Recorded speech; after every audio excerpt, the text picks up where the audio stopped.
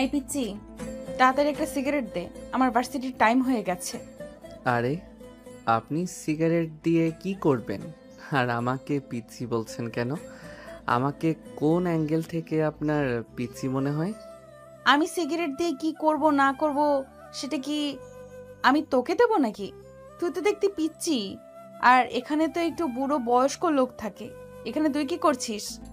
দেখুন, আমি যথেষ্ট বড় হয়েছি। আপনি আমাকে একটি বলবেন না। আর এটা আমার নানা ভাইয়ের দোকান। এখানে আমার নানা ভাই কাজ করে, কিন্তু আমার নানা ভাইয়ের শরীরটা একটু খারাপ, তাই আমার নানা ভাই বাড়িতে বিশ্রাম করছে। আর আমি এখানেই ছিলাম, তাই আমি দোকান খুললাম। আচ্ছা ঠিক আছে, তোকে পিচ্চি বলবো না, কিন্তু তোরা তো লেকচার শোনার সময় আমার নেই। তোকে আমি যেটা বলেছি সেটাই কর। তাড়াতাড়ি আমাকে একটা সিগারেট দিয়ে আমাকে এক্ষুনি ভার্সিটি যেতে হবে। আরে, আপনি তো মেয়ে মানুষ, আর দেখতেও মাশাল্লাহ সুন্দরী। তাছাড়া আপনাকে দেখে মনে হচ্ছে আপনি যথেষ্ট ভদ্র ফ্যামিলির মেয়ে। তাহলে আপনি সিগারেট দিয়ে কি করবেন? আমার মেজাজটা এখন কিন্তু খুব বেশি খারাপ হয়ে যাচ্ছে। তোকে আমি কি বললাম, আর তুই আমার সঙ্গে কথা বলে কথা বলছিস?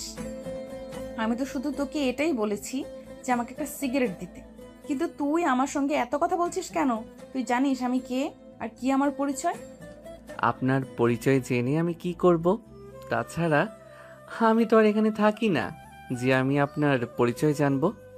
তুই আমার পরিচয় জানিস না বলে আমার সঙ্গে এইভাবে কথা বলার সাহস পাচ্ছিস। তুই যদি আমার পরিচয় জানতি, তাহলে তুই কখনোই আমার সঙ্গে এইভাবে কথা বলতে পারতি না। এখন তুই আমাকে সিগারেট দিবি কিনা সেটাই বল। আমি কোনো মেয়ে মানুষের কাছে সিগারেট বিক্রি করতে পারবো না। আপনি এখন আসতে পারেন। এই কথাটা শোনা মাত্রই নেহার মেজাজ অনেক বেশি খারাপ হয়ে গেল। নেহা বুঝতেই পারল না এই ছেলেটা কেন তার সঙ্গে এরকম আচরণ করছে। সেই সঙ্গে সঙ্গেই নীলের গালে ঠাস ঠাস করে দুটো চর বসিয়ে দিয়ে বলতে লাগলো, এই অসভ্য ইতর মার্কা বদমাইশ মার্কা ছেলে, তুই আমার সম্পর্কে কোনো কিছু না জেনেই আমার সঙ্গে এরকম আচরণ করেছিস।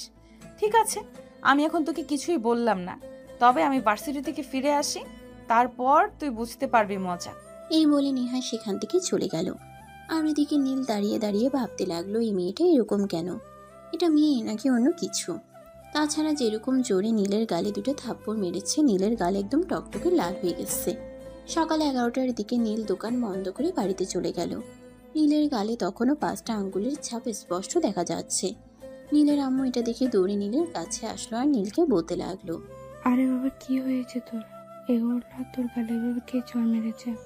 আরে না আম্মু, কেউ আমার গালে চড় মারতে যাবে কেন? আসলে এই এলাকায় এত বেশি মশা আমার গালে কামড় দিয়েছিল, তাই আমি নিজেই মশা মারতে গিয়ে এই অবস্থা হয়ে গেছে। একদম আমার সঙ্গে মিথ্যা কথা বলার চেষ্টাও করবি না। আমি খুব ভালোভাবেই বুঝতে পারছি এটা অন্য কেউ মেরেছে। তুই আমাকে বল যে কে মেরেছে আর কার এত বড় সাহস আমার ছেলের গায়ে হাত তোলে। উফ আম্মু, তোমাকে বললাম তো, তুমি অযথাই টেনশন করছো। আমার কিছুই হয়নি, আমি একদম ঠিক আছি। এখানে মশাই কামড় দিয়েছিল। তুমি এখন যাও তো, আমার জন্য খাবার নিয়ে আসো। আমার খুব ক্ষুধা পেয়েছে, আমাকে এক্ষুনি কিছু খেতে হবে। এই বলে নীল সেখান থেকে পাশ কাটিয়ে চলে গেল। তারপর ফ্রেশ হয়ে এসে খাবার খেয়ে ঘুমিয়ে পড়ল।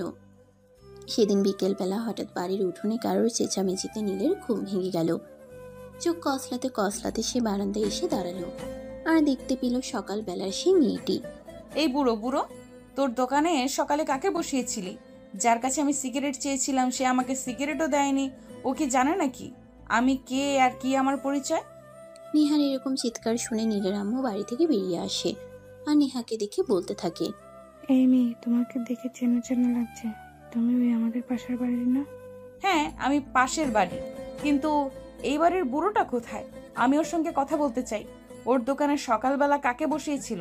যার কাছে আমি সিগারেট চেয়েছিলাম ও আমাকে সিগারেট দেয়নি। ও আচ্ছা, তাহলে আমি এতক্ষণে ব্যাপারটা বুঝতে পারছি। মেয়ে মানুষ হয়ে সিগারেট খাও, তোমার লজ্জা করে না? এই দেখুন, লজ্জা করবে কেন? আমি কি কাপড় চোপড় পরি না নাকি?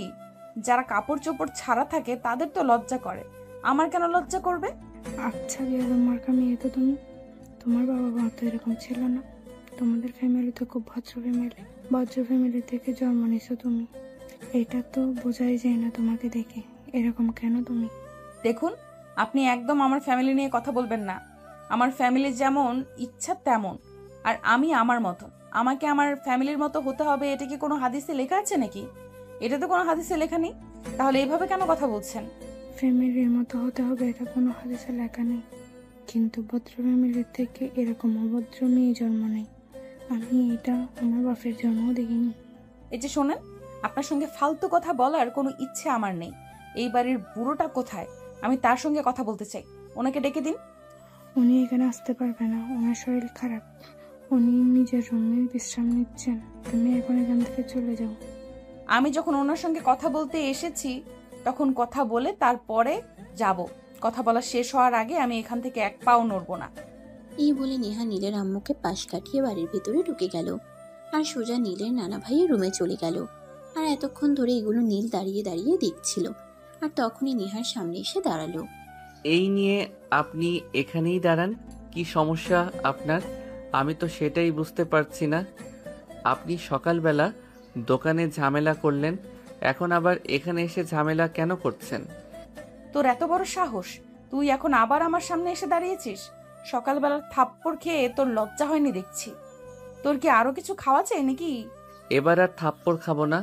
এবার যদি কিছু খেতে হয় তাহলে অন্য কিছু খাবো, বুঝতে পেরেছেন? মানে? মানে আপনার যা বোঝার আপনি তাই বুঝে নেন। আমি আপনাকে এত মানে বুঝিয়ে বলতে পারবো না, বুঝতে পেরেছেন? আপনি এখন এখান থেকে আসুন। আর যদি আমি এখান থেকে না যাই তাহলে তুই কি করবি? তারপর আমাকে যা করতে হয় আমি তাই করব। সে ব্যাপারে তো আর আমি আপনাকে কৈফিয়ত দেব না। ও আচ্ছা, তাই নাকি? আচ্ছা ঠিক আছে, তাহলে আমিও দেখতে চাই তুই কি করতে পারিস আর কি করার ক্ষমতা তোর আছে। কথাটা বলতে দেরি হলো, কিন্তু নীল তাকে কোলে তুলে নিতে এক মুহূর্তও দেরি করলো না। নীল তখনই তাকে কোলে তুলে নিল আর সোজা তার বাড়ির সামনে নিয়ে আসলো। আর তারপর বলল, এই নিন, এবার আপনাকে আপনার বাড়ি পর্যন্ত পৌঁছে দিয়েছি। নিজ দায়িত্বে বাড়ির ভেতরে চলে যান। তোকে তো আমি ওখানে আম্মু দাঁড়িয়েছিল তাই কিছু বলতে পারিনি। তবে আপনি মনে মনে এটা চিন্তা করবেন না যে এখনো আমি আপনাকে ছেড়ে দিয়ে কথা বলবো। এখন আপনি আমাকে একটা কথা বললে আমি আপনাকে 100টা কথা শোনাবো। তুই জানিস আমি কি আর কি আমার পরিচয়? আরে ম্যাডাম, আপনাকে তো আমি আরো আগেই বলে দিয়েছি কে আপনি আর কি আপনার পরিচয়। সেই সব জানার বিন্দুমাত্র আগ্রহ আমার নেই। এখন আমি আপনাকে আপনার বাড়ি পর্যন্ত পৌঁছে দিয়েছি। নিজ দায়িত্বে বাড়ির ভিতরে চলে যান। আর আপনি যদি সেটাও করতে না পারেন তাহলে আপনি বলুন, আমি আপনাকে আপনার বেডরুম পর্যন্ত পৌঁছে দিয়ে আসবো। তোর সাহস দেখে আমি অবাক না হয়ে পারছি না। তবে কোনো চিন্তা করিস না, আমি আমার বয়ফ্রেন্ডকে এক্ষুনি ফোন দিয়ে বলে দেব, আর তারপর তোর কি অবস্থা করে সেটা তুই দেখিস। ও মা গো, তাই নাকি? আচ্ছা ঠিক আছে, তাহলে আমি এক্ষুনি এখানে দাঁড়িয়ে অপেক্ষা করছি। আপনি আপনার বয়ফ্রেন্ডকে ফোন করুন। তুই এমন ভাবে কথা বলছিস যেন তুই আমার বয়ফ্রেন্ডকে চিনিস। চেনার জন্যই তো বলছি। প্লিজ আপনি তাড়াতাড়ি ফোন করুন। আপনার বয়ফ্রেন্ডকে দেখে আমি আমার চোখ দুটোকে ধন্য করি। আমার বয়ফ্রেন্ড এখানে থাকে না, আমার বয়ফ্রেন্ড ঢাকায় থাকে। মাফিয়া কিং নীল ইমতিয়াজের নাম নিশ্চয়ই শুনেছিস। নেহার এই কথা শুনে নীল হাসবে না কাঁদবে কিছুই বুঝতে পারছে না। কারণ নেহা যার কথা বলছে এই মানুষটা নীল নিজেই। নীলের আরেক নাম নীল ইমতিয়াজ। সবাই তাকে নীল বলেই ডাকে। তখনই নীল একটু শয়তানি মার্কা হাসি দিয়ে নেহাকে বলতে থাকে, ও মা, তাই নাকি? নীল ইমতিয়াজ ভাইয়া আপনার বয়ফ্রেন্ড? হ্যাঁ, কেন তোর কোনো সন্দেহ আছে নাকি? না, আমার কোনো সন্দেহ থাকতে যাবে কেন? এমনি বললাম আর কি। ভাবি, তাহলে আপনি তো মাফিয়ার বউ, আপনি কি লেডি মাফিয়া নাকি? হ্যাঁ, কেন আমাকে দেখি কি তোর সেরকম মনে হয় নাকি? না মানে আসলে আমি যতদূর জানি নীল ইমতিয়াজ প্রেম তো অনেক দূরের কথা, মেয়েদের সঙ্গে খুব একটা কথাও বলে না। তাছাড়া তার নাম শুনেছি শুধু শহরের খুব বড়লোক মাপের মানুষেরাও তার চেহারা দেখেছে বলে আমার মনে হয় না। আর আপনি কিনা গ্রামে থেকে ওকে চিনেন আর ওর সঙ্গে প্রেম করেন? হ্যাঁ, সেটা কি তুই দেখতে পাচ্ছিস না নাকি? আমি গ্রামে থাকে বলে কি হয়েছে? আমি তো সবার সামনে শো অফ করতে পছন্দ করি না, তাই আমি আড়ালেই থাকি। ও আচ্ছা, তাই নাকি? তাহলে তো আপনি খুব ভালো মানুষ। আচ্ছা, আপনি একটা কাজ করতে পারবেন? আপনার বয়ফ্রেন্ডের সঙ্গে আমাকে একবার একটু দেখা করিয়ে দিতে পারবেন? ওনার সঙ্গে আমার একটু দরকার ছিল। আমার বয়ফ্রেন্ডের সঙ্গে আপনার কি দরকার সেটা আপনি আমার সঙ্গেই বলুন। আমি পারলে আপনাকে করে দেব, কিন্তু আমি কেন আপনাকে আমার বয়ফ্রেন্ডের সঙ্গে দেখা করিয়ে দিব? আমার বয়ফ্রেন্ড যাত্রার সঙ্গে দেখা করে না। কিন্তু ম্যাডাম, আমার ওনার সঙ্গে দরকার, আমার ওনাকেই বলতে হবে। প্লিজ, আপনি তো খুব ভালো মনের মানুষ, তাই আমাকে ওনার সঙ্গে একটু দেখা করিয়ে দিন। আমি আপনার কাছে চিরকৃতজ্ঞ থাকব। বললাম তো আমি আপনাকে আমার বয়ফ্রেন্ডের সঙ্গে দেখা করাতে পারবো না। আপনার যদি কোনো দরকার থাকে তাহলে আপনি আমার সঙ্গে বলতে পারেন, আমি আপনার সমস্যার সমাধান করে দেব, কিন্তু আমার বয়ফ্রেন্ড যার সঙ্গে ইচ্ছা তার সঙ্গে দেখা করে না। আচ্ছা ঠিক আছে, আপনি যদি আপনার বয়ফ্রেন্ডের সঙ্গে দেখা করিয়ে না দেন তাহলে আর কি করব। আচ্ছা, আমি তাহলে আসি। এই বলে নীল সেখান থেকে চলে আসে। অপরদিকে নেহা বাড়ির ভিতরে চলে যায়। আজ বাড়িতে আসতে মোটামুটি আধা ঘন্টার মতো লেট হয়েছে। এটা দেখে তার আম্মু তাকে প্রশ্ন করে। কি ব্যাপার নেহা, তুমি তো প্রতিদিন বিকেল 3টার মধ্যেই বাসায় পৌঁছে যাও বউ, কিন্তু আজ তো বিকেল 3:30 বেজে গেছে, তোমার এতক্ষণ লেট হলো কেন? আমি যাই কিছু করি না কেন, সব ব্যাপারে কি তোমাদের পরিচয় দিতে হবে নাকি? আমার তো বাইরে কোনো দরকার থাকতে পারে, আর সেই জন্য লেট হতে পারে, তাই বলে তোমাদের কাছে কৈফিয়ত দিতে হবে নাকি? এখানে কৈফিয়ত দেওয়ার কি আছে? আমি সেটাই বুঝতে পারলাম না। আমি তোমার আম্মু, আমি তোমাকে এইটুকু প্রশ্ন করতেই পারি, তুমি কেন এরকম করছো? একজন মানুষ নিজের প্রয়োজনেই বাইরে সময় কাটায়, প্রয়োজন ছাড়া কেউ কখনো বাইরে থাকে না, এটা তোমার বোঝা উচিত। এরপর নেহা তার আম্মুকে আর কোনো কথা বলার সুযোগ না দিয়েই সেখান থেকে নিজের রুমে চলে আসে। ড্রেস চেঞ্জ করে ফ্রেশ হয়ে মোবাইল টিপতে থাকে। তখনই হঠাৎ সে দেখতে পায় তার ফেসবুকে একটা ফেসবুক আইডি থেকে ফ্রেন্ড রিকোয়েস্ট এসেছে। সঙ্গে সঙ্গেই সে আইডিটাতে ঢুকলো। আইডিতে ঢুকে তো তার চক্ষু একদম চড়ক গাছ, কারণ সেই ফেসবুক আইডির নাম নীল ইমতিয়াজ। তার স্বপ্নের মানুষটা তাকে ফ্রেন্ড রিকোয়েস্ট পাঠিয়েছে, এটা সে ভাবতেই পারছে না। তখনই সে সঙ্গে সঙ্গে মেসেজ করলো। আপনি কি সত্যি সত্যি নীল ইমতিয়াজ বলছেন? হ্যাঁ, আপনার সঙ্গে আমার একটু কথা আছে, তাই আমি আপনাকে ফ্রেন্ড রিকোয়েস্ট পাঠিয়েছি। হ্যাঁ বলুন না, আপনি কি বলবেন? আপনি তো আমার স্বপ্নের সেই পুরুষ, যাকে নিয়ে আমি প্রতিদিন স্বপ্ন দেখি, যার কথা আমি সবার কাছে বলে বেড়াই। হ্যাঁ, আমি এই ব্যাপারেই আপনার সঙ্গে কথা বলতে চাই। আপনি আমার নাম বেচে খাচ্ছেন কেন বলেন তো? আপনি সবার কাছে বলে বেড়াচ্ছেন আমি নাকি আপনার বয়ফ্রেন্ড। আমি তো আপনাকে জীবনে কোনোদিন দেখিনি, তাহলে আপনি কেন করছেন এরকম? কেন আমার নাম বেচে খাচ্ছেন? না মানে আসলে বিষয়টা ওরকম নয়, আপনি একটু ঠান্ডা হন, আপনি আমার কথাগুলো বোঝার চেষ্টা করেন, আমি আপনাকে সব কিছু বুঝিয়ে বলছি। আমি কোনো কথা শুনতে চাই না, আপনার কোনো কথা শোনার ইচ্ছে আমার নেই। আমি আপনাকে লাস্ট বারের মতো ওয়ার্নিং দিচ্ছি, আপনি আর কখনো আমার নাম বেচে খাবেন না। আপনি তো নিশ্চয়ই আমার সম্পর্কে জানেন। আপনি যদি আর একবারও আমার নাম বলে কিছু করেছেন তাহলে আপনার এমন অবস্থা করব যেটা আপনি কল্পনাও করতে পারবেন না। এরপর নেহাকে আর কোনো কথা বলার সুযোগ না দিয়ে সঙ্গে সঙ্গেই ওই ফেসবুক আইডিটা অফলাইন হয়ে গেল। আর এদিকে নেহা মনে মনে ভাবতে লাগলো। হায় আল্লাহ, এটা কি হলো? এই মানুষটি কিভাবে জেনে গেল আমি তার নাম ব্যবহার করে যাচ্ছি? এখন কি হবে? এখন তো আর কেউ আমাকে ভয় পাবে না, সবাই তো মনে করতো নীল ইমতিয়াজ আমার বয়ফ্রেন্ড, সবাই আমাকে অনেক সম্মান করে আর ভয়ও পেত। কিন্তু এখন যদি সবাই জানতে পারে যে নীল ইমতিয়াজ আসলে আমার পরিচিত কেউ নয়, তখন কি হবে? এরপর দেখতে দেখতে আরো বেশ কয়েকদিন সময় চলে গেল। সেদিন নীল আর তার আম্মু শহরে চলে যাবে। তখনই হঠাৎ নেহার সঙ্গে দেখা হয়। নীল আর তার আম্মু বাড়ির সামনে এসে দাঁড়িয়েছে। তখনই নেহা সেদিক দিয়ে যাচ্ছিল। নীল তাকে ডেকে দাঁড় করালো আর বলতে লাগলো। এক্সকিউজ মি ম্যাডাম, আমরা চলে যাচ্ছি, আপনার সঙ্গে একটু কথা বলার ছিল। আমার এখন সময় নেই, আমি আপনার সঙ্গে কথা বলতে পারবো না। কেন ম্যাডাম, নীল ইমতিয়াজের সঙ্গে ব্রেকআপ হয়ে গেছে নাকি? এসব আপনি কি বলছেন? আপনি আমার ভালোবাসার মানুষের সঙ্গে আমার কেন ব্রেকআপ হয়ে যাবে? সে আমাকে নিজের জীবনের চাইতেও বেশি ভালোবাসে, সে কখনো আমার সঙ্গে ব্রেকআপ করবে না। তাহলে যে আমি আপনাকে বলেছিলাম আপনার বয়ফ্রেন্ডের সঙ্গে আমাকে একটু কথা বলিয়ে দিতে, সেটা আপনি করলেন না। আমি তো বলেছিলাম আপনার বয়ফ্রেন্ডের সঙ্গে আমার একটু দরকার আছে, কিন্তু আপনি তো এরপর আর আমার সঙ্গে দেখাই করলেন না। আমি তো আপনাকে বলেছি আপনার কি দরকার আপনি সেটা আমার সঙ্গে বলুন, আমি আমার বয়ফ্রেন্ডের সাথে কথা বলে আপনার সমস্যার সমাধান করে দেব। ম্যাডাম প্লিজ দেন না ওনার নাম্বারটা, আমি একবার নিজে ওনার সঙ্গে সরাসরি কথা বলে আমার সমস্যাটার সমাধান করতে চাই প্লিজ। এই, আপনি যান তো এখান থেকে। আপনার সঙ্গে অযথাই প্যাচাল করার কোনো সময় আমার নেই, আমি এখন যাচ্ছি। এই বলে নেহা সেখান থেকে চলে গেল। আর এদিকে নীল মুচকি মুচকি হাসতে লাগলো। এটা দেখে তার আম্মু বলতে লাগলো, কি ব্যাপার নীল, এই মেয়েটার সঙ্গে তুই কি ব্যাপারে কথা বলছিলি? আমি তো কিছুই বুঝতে পারলাম না। না আম্মু, সেরকম কোনো ব্যাপার না।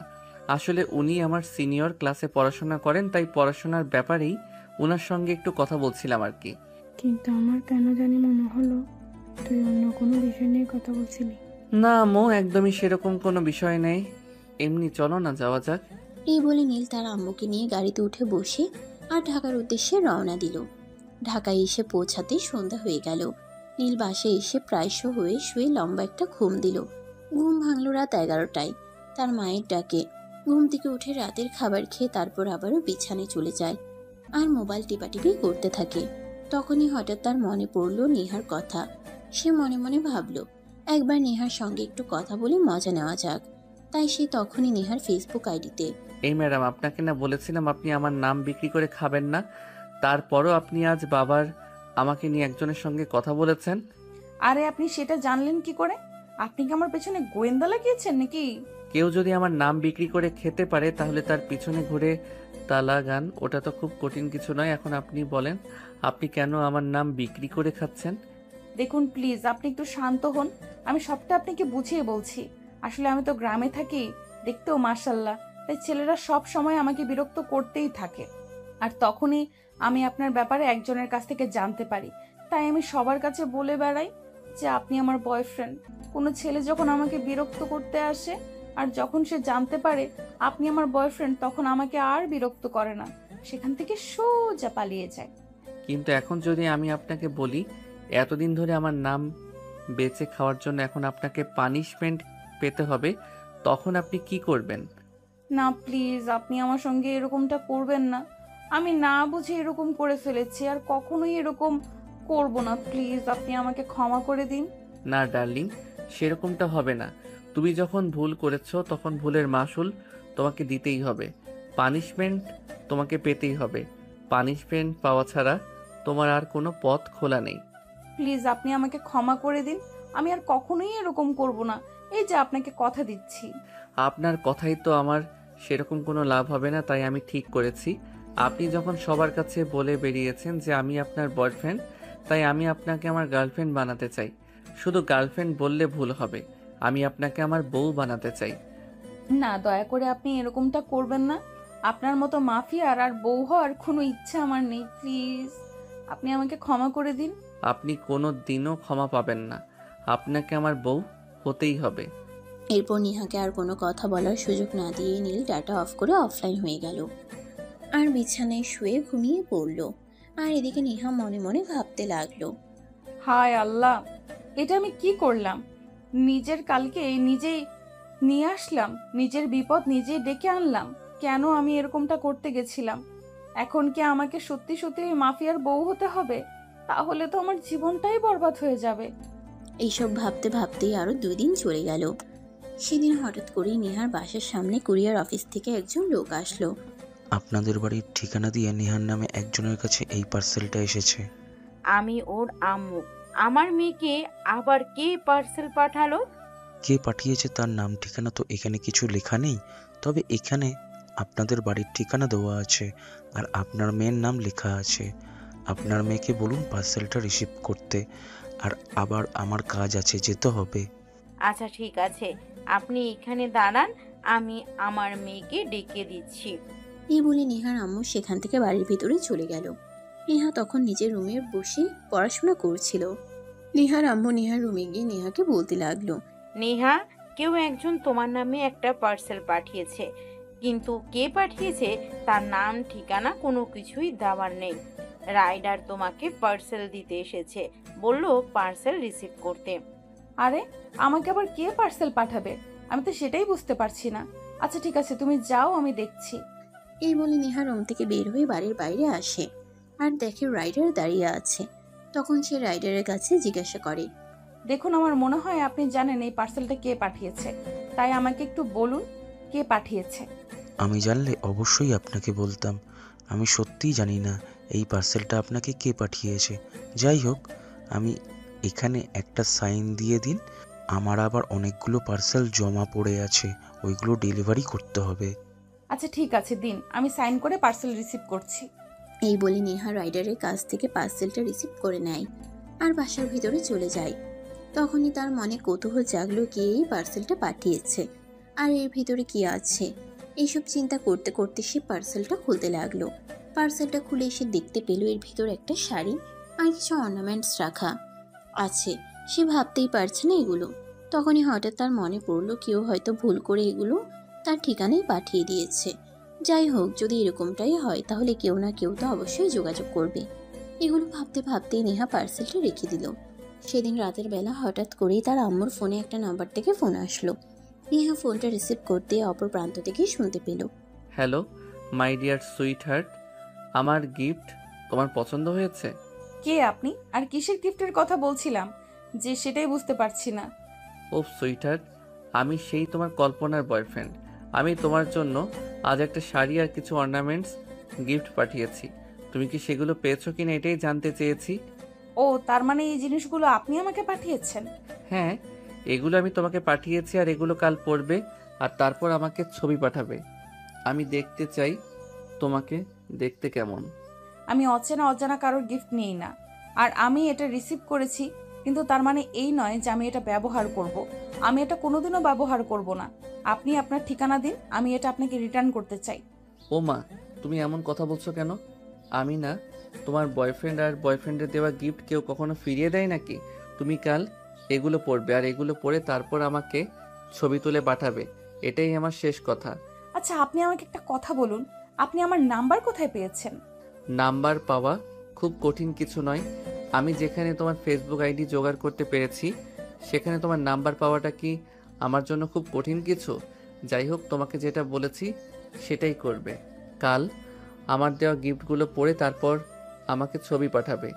আমি আপনাকে বললাম না আমি অপরিচিত কারোর কাছ থেকে দেওয়া কোনো কিছু ব্যবহার করি না। দেখো, তুমি কিন্তু আমার সম্পর্কে ডিটেলসের সব কিছুই জানো, তাই এমন কিছু করবে না যাতে আমি প্রচণ্ড পরিমাণে ক্ষেপে যাই। আর যদি আমি ক্ষেপে যাই তাহলে এর পরিণাম কি হবে সেটা কিন্তু তুমি আন্দাজ করতে পারছো। সো যা করবে চিন্তা ভাবনা করে করবে। এই বলে নীল ফোনটা কেটে দিল আর নেহা মনে মনে ভাবতে লাগলো, কেন নিজে নিজেই খাল কেটে কুমির আনতে গেলাম? যদি সবার সঙ্গে এরকম কথা না বলতাম তাহলে তো আর আজ আমাকে এই বিপদে পড়তে হতো না। যাই হোক, যা হয় দেখা যাবে। এই বলে নেহা ফোনটা রেখে নিজেরই কাজ করতে থাকে। পরের দিন দুপুর 2টার দিকে নেহার নাম্বারে একটা মেসেজ আসে। কি ব্যাপার সুইটার, তোমাকে না বলেছিলাম আমার পাঠানো শাড়িটা পরে ছবি পাঠাতে, কিন্তু তুমি এটা করলে না কেন? আমি তোমাকে 1 ঘন্টা সময় দিচ্ছি, এই 1 ঘন্টার মধ্যে আমাকে ছবি পাঠাবে, তা না হলে কিন্তু আমি নিজেই তোমার বাসা পর্যন্ত চলে আসব। আর তারপর কি হবে সেটা আশা করি না বললেও চলবে। মেসেজটা দেখে নেহার মনে অনেকটা ভয় কাজ করতে লাগলো। এই ছেলেটা যদি সত্যি সত্যি নেহার বাসায় চলে আসে তাহলে কি হবে। তাই সে তাড়াহুড়ো করে ওই শাড়িটা পরে নিল আর তারপর রেডি হয়ে বাড়ির বাগানের দিকে চলে গেল ছবি ওঠানোর জন্য। আর তারপর বেশ কয়েকটা ছবি উঠিয়ে ওই নাম্বারে হোয়াটসঅ্যাপ করে দিল। তখনই নীল তাকে মেসেজ দিল, বাহ, অপসরিটাকে তো শাড়ি পরলে ভালোই লাগে। আমি সত্যি বলছি, তোমাকে বউ বানাতে পারলে আমার খুব ভালো লাগবে। প্লিজ আপনি আমাকে ছেড়ে দিন না। আমি আপনার মতো গুন্ডা মাস্তানের বউ হতে চাই না। তাছাড়া আমার আব্বু আম্মু কোনোদিন আপনার মতো মাস্তানের সঙ্গে আমাকে বিয়ে দিবে না। দেখো, তুমি যখন আমার সম্পর্কে জানো তখন আমি কি করতে পারি আর কি করতে পারি না সে সম্পর্কেও খুব ভালো করে জানো। তাই প্লিজ আমার সঙ্গে ঝামেলা করো না। তোমায় ভালোবেসে ফেলেছি যে ভালোবাসার মানুষকে ভুলে যাওয়া কি এতটাই সহজ নাকি? আজ না হোক কাল তোমাকে আমি আমার বউ বানিয়েই ছাড়বো। এই বলে নীল নেহার সঙ্গে কথা বলা শেষ করে ফোন রেখে দেয়। অপরদিকে তখনই নীলের আম্মু নীলকে ডাকতে থাকে। এই নীল, কোথায় তুই? একবারে তাড়াতাড়ি এদিকে আয় তো। আম্মু বলো কি হয়েছে? তুমি এভাবে তাড়াহুড়ো করে আমাকে ডাকছো কেন? বিশাল একটা ঝামেলা হয়ে গেছে। আসলে তুই তো জানিস আমাদের পাড়ার তোর রফিক চাচার মেয়ের বিয়ে ছিল আজকে, কিন্তু মেয়েটাকে অন্য একটা ছেলে ভালোবাসে আর এখন ওই ছেলেটা ওই বাড়িতে এসে ঝামেলা করছে। এসব তুমি কি বলছো? আচ্ছা ঠিক আছে, তুমি আমাকে এটা বলেছো, মেয়েটাও কি ওই ছেলেটাকে ভালোবাসে নাকি? আরে না রে বাবা, ওইরকম কোনো ব্যাপার না। আসলে ছেলেটা একটু ফাজিল টাইপের বলতে পারিস। মেয়েটা যখন বাসিটিতে যেত মেয়েটাকে ডিস্টার্ব করতো। মেয়েটা ওই ছেলেটাকে একটুও পছন্দ করে না। আর বলতে পারিস ওই কারণেই সে তোর বাবার পছন্দ করা ছেলেকে বিয়ে করে নিচ্ছে। তাছাড়া এইটা তো আমাদের পাড়ার সবাই জানে। এই মেয়ে পড়াশোনায় খুবই ভালো, পড়াশোনা করে একটা চাকরি বাকরি করার ইচ্ছে ছিল, কিন্তু এই ছেলেটার অত্যাচারে অতিষ্ঠ হয়ে মেয়েটা বিয়ে করতে চলছে।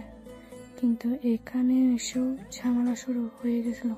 ও আচ্ছা, এই ব্যাপার। এটা তো তোমরা আমাকে আরো আগে বললেই পারতে, তাহলে তো কবে এই ঝামেলার সমাধান হয়ে যেত। আচ্ছা ঠিক আছে, প্রবলেম নেই, তুমি নিশ্চিন্তে থাকো, আমি ওখানে যাচ্ছি, সমস্যার সমাধান করে তারপরেই ফিরবো। এই বলে নীল বাসা থেকে বের হয়ে গেল সোজা তাদের পাশের বাড়িতে। সেখানে গিয়ে সে দেখতে পেল সত্যি সত্যি ওরকম ঝামেলা হচ্ছে। তখনই নীল ওই ছেলেটার কাছে গেল আর ছেলেটাকে উদ্দেশ্য করে বলল, এই বিজয়, কি সমস্যা তোর? তুই এখানে ঝামেলা করছিস কেন? দেখ নীল, আমি খুব ভালো করেই জানি তুই এখানে কেন এসেছিস। আমি তোকে রিকোয়েস্ট করে বলছি, তুই এখান থেকে চলে যা। আমার ব্যক্তিগত ব্যাপারে নাক গলাতে আসিস না। দেখ, আমার নাথ যখন আছে তখন তো সেটা বলতেই পারে। এটা যে তোর, আমি বাধা দিয়ে রাখতে পারি না। এখন তোকে যেটা জিজ্ঞাসা করছি তুই আমাকে সেটাই বল, তুই এখানে কেন এসেছিস আর এখানে ঝামেলাই বা কেন করছিস? আমার ভালোবাসার মানুষের অন্য একটা মানুষের সঙ্গে বিয়ে হয়ে যাচ্ছে, এখানে আমি ঝামেলা করব না তো কি করব?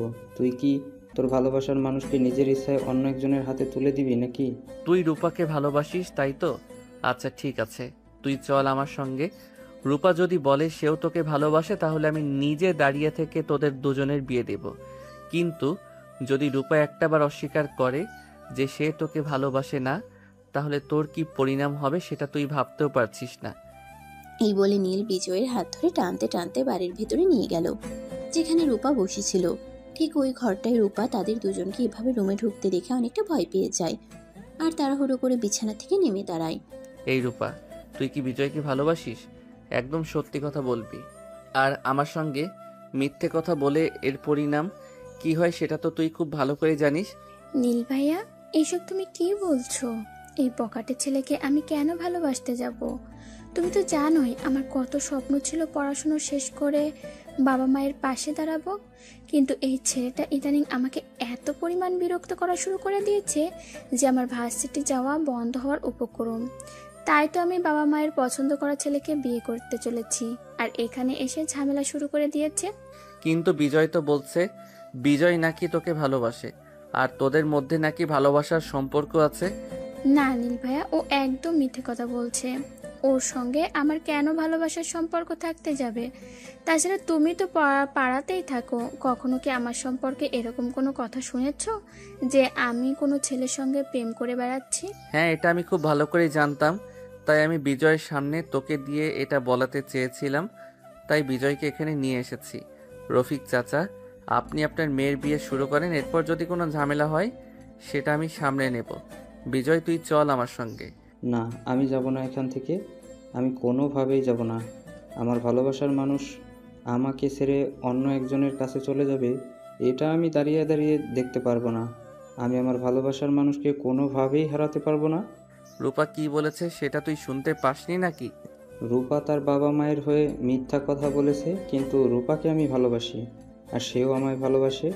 আমি রূপাকে এখান থেকে নিয়ে তারপর যাব। রূপাকে ছাড়া আমি এখান থেকে এক চুলও নড়ব না। আমি বুঝতে পেরেছি, এভাবে কাজ হবে না। এই বলে নেই তখনই আর এক মুহূর্তও দেরি না করে বিজয়কে মারতে শুরু করে। এমন মার মারে বিজয় উঠে দাঁড়ানোর শক্তি পর্যন্ত রাখে না, আর তারপর সেখান থেকে সোজা হসপিটালে পাঠিয়ে দেয়। আর এদিকে রূপার বিয়েও প্রায় শেষের পথে। তখনই নীল আবার রূপার সঙ্গে দেখা করতে আসে। রূপা, ঝামেলা সব শেষ করে দিয়েছি, এখন তুই নিশ্চিন্ত মনে শ্বশুর বাড়ি যেতে পারিস। বিজয় আর কোনোদিন তোর সামনে এসে দাঁড়ানোর সাহসটাও দেখানোর সাহস পাবে না। তোমাকে অসংখ্য ধন্যবাদ নীল ভাইয়া। তুমি না থাকলে আজ হয়তো আমার বিয়েটাই হতো না, আর সারা জীবন হয়তো আমাকে একটা সমস্যার সম্মুখীন হয়ে বেঁচে থাকতে হতো। আরে ধন্যবাদ দেওয়ার কি আছে, তুই তো আমার বোনের মতোই। আর ভাই হয়ে বোনের এইটুকু উপকার যদি করতে না পারি তাহলে আমি কেমন? আচ্ছা ঠিক আছে, এখন তুমি নিশ্চিন্ত মনে শ্বশুর বাড়ি যাও। এই বলে নীল বাড়িতে ফিরে আসে, আর বাড়িতে ফিরে আসতেই তার আম্মু তাকে বলতে থাকে, কি ব্যাপার নীল, ঝামেলা শেষ করে এসেছিস তো? এখন নিয়ে আবার পরিবর্তে অন্য কোনো ঝামেলা হবে না তো? না, একদমই না। আর তুমি তো তোমার ছেলের সম্পর্কে খুব ভালো করেই জানো। তোমার ছেলে যখন কোনো সমস্যার সমাধান করতে যায় তখন সেটা সমাধান না হওয়া পর্যন্ত সে এর পিছু ছাড়ে না। হ্যাঁ সেটাই তো আমি জানি, আর জানি বলেই তো তোকে পাঠাইছি। আচ্ছা ঠিক আছে, এখন নিজের রুমে গিয়ে বিশ্রাম কর, আমি তোর খাবার পাঠিয়ে দিচ্ছি, খাবারটা খেয়ে নিস। নীল তখন কোনো কথা না বলে নিজের রুমে চলে গেল। কিছুক্ষণ পর তার আম্মু তার ছোট বোনকে দিয়ে তার জন্য খাবার পাঠায়। অপরদিকে নীল নেহাকে মেসেজ করছিল। আমার জান পাখিটা কি করছে? মেসেজটা নেহার কাছে পৌঁছানোর আগেই নীলের ছোট বোন প্রিয়া সেটা দেখে ফেলে। কি ব্যাপার, আমার হাবাগোবা ভাইটাও দেখছি প্রেম করতে শুরু করেছে নাকি?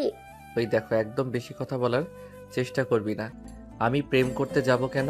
আর তোকে কে বলেছে আমি প্রেম করছি? এই তো আমি দেখতে পেলাম তুমি কাউকে কিছু একটা মেসেজ করলে, আর আমাকে দেখে তাড়াহুড়ো করে মোবাইলটা লুকিয়ে ফেললে। এটা মানুষ তখনই করে যখন মানুষ কারোর প্রেমে পড়ে।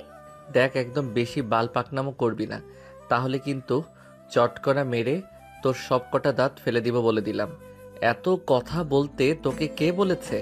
আরে ভাই, আমি এত কথার কথা বললাম। আচ্ছা প্লিজ একটাবার দেখা না, আমার হবু ভাবিটাকে দেখি।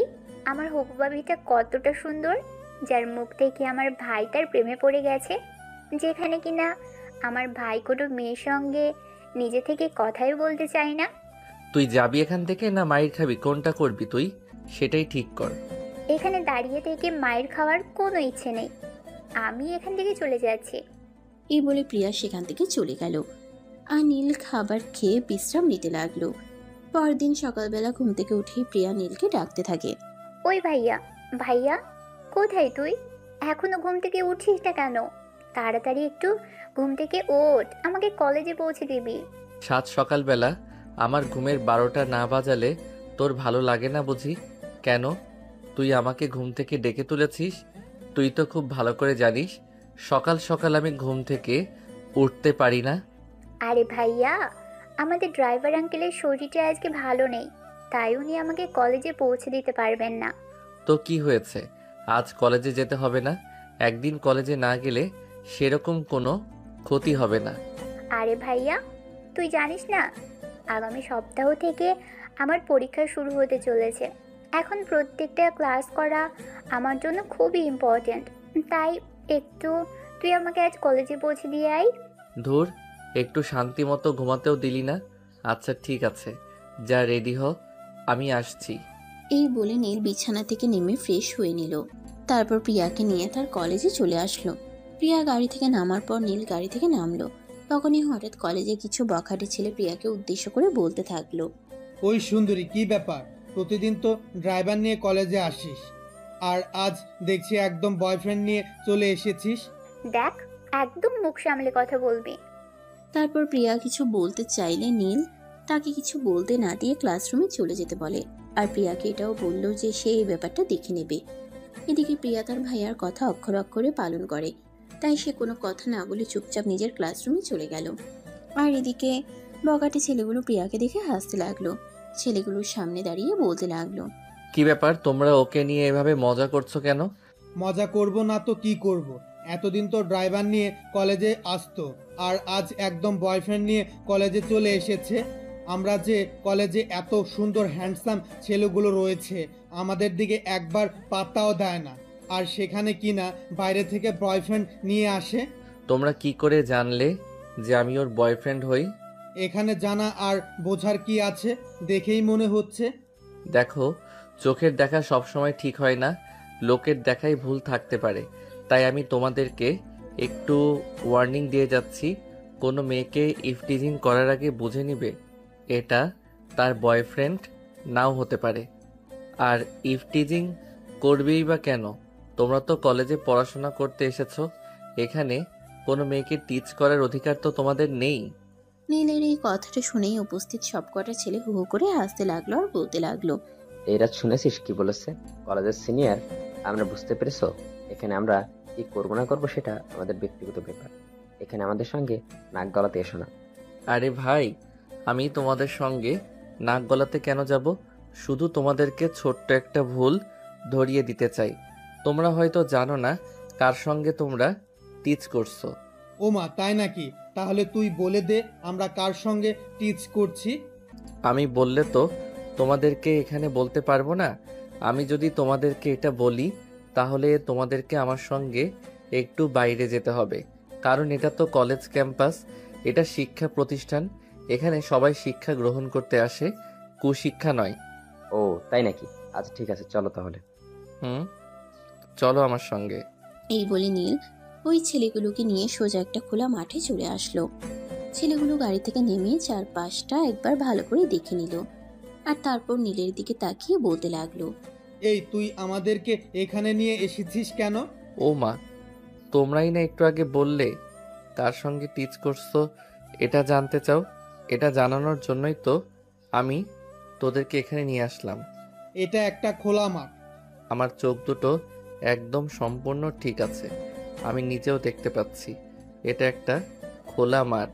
আর তোমাদেরকে এখানে এই জন্য নিয়ে এসে যে এখানে চারপাশে কেউ নেই, এখানে তোমাদের সঙ্গে যাই কিছু করি না কেন তার স্বাক্ষর প্রমাণ দেওয়ার জন্য কেউ থাকবে না। মানে তুই কি বলছিস? আমি তো কিছুই বুঝতে পারছি না। কিছুই বুঝতে হবে না, আমি তোমাদেরকে বুঝিয়ে দিব। এই বলে নীল সবকটাকে ইচ্ছে মতো পেটাতে শুরু করলো। মার খেয়ে সবকটার অবস্থা একদম দফা রফা। সবগুলোকে ইচ্ছা মতো মার দিয়ে তারপর নীল বলতে লাগলো, ঢাকা শহরে থাকিস যখন, তখন নীল ইমতিয়াজের নাম নিশ্চয়ই শুনেছিস, তাই না? হ্যাঁ, কিন্তু তার সঙ্গে আপনার কি সম্পর্ক? আমি নীল ইমতিয়াজ, আর আমার বোনের সঙ্গে তোরা টিচ করার চেষ্টা করিস। বস, আমাদের ভুল হয়ে গেছে, প্লিজ আপনি আমাদেরকে ক্ষমা করে দেন। আমরা আর কখনো এরকম করব না। আপনার বোনকে আমরা নিজের বোনের মতো দেখব। এখন থেকে আপনার বোনকে সবসময় আমরা পাহারা দিয়ে রাখব। প্লিজ আপনি আমাদের ক্ষমা করে দিন, আমরা আপনাকে চিনতে পারিনি। তাহলে এই কথাটা সবসময় মাথায় রাখবি। আমি নীল ইমতিয়াজ, আর আমার বোনের সঙ্গে তারা ইফটিজিং করার চেষ্টা করিস। আজকের পর যদি কখনো শুনেছি আমার বোন বাসা থেকে বের হওয়ার পর আর বাসায় পৌঁছানো পর্যন্ত কোনো জায়গায় কোনোভাবে ঝামেলায় পড়েছে, তাহলে এর পরিণাম কিন্তু তোদেরকে ভোগ করতে হবে, এটা মনে রাখিস। ভাই, আপনি কোনো চিন্তা করবেন না, আপনার বোন মানে আমাদের সবার বোন।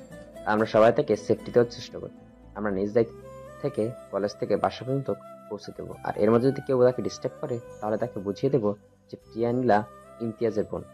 ঠিক আছে, তাহলে এটা সব সময় মাথায় রাখবি। এই বলে নীল সেখান থেকে ওই ছেলেগুলোকে ডাক্তারের কাছে নিয়ে গেল। তারপর তাদেরকে ট্রিটমেন্ট করিয়ে বাড়িতে পাঠিয়ে দিয়েছে।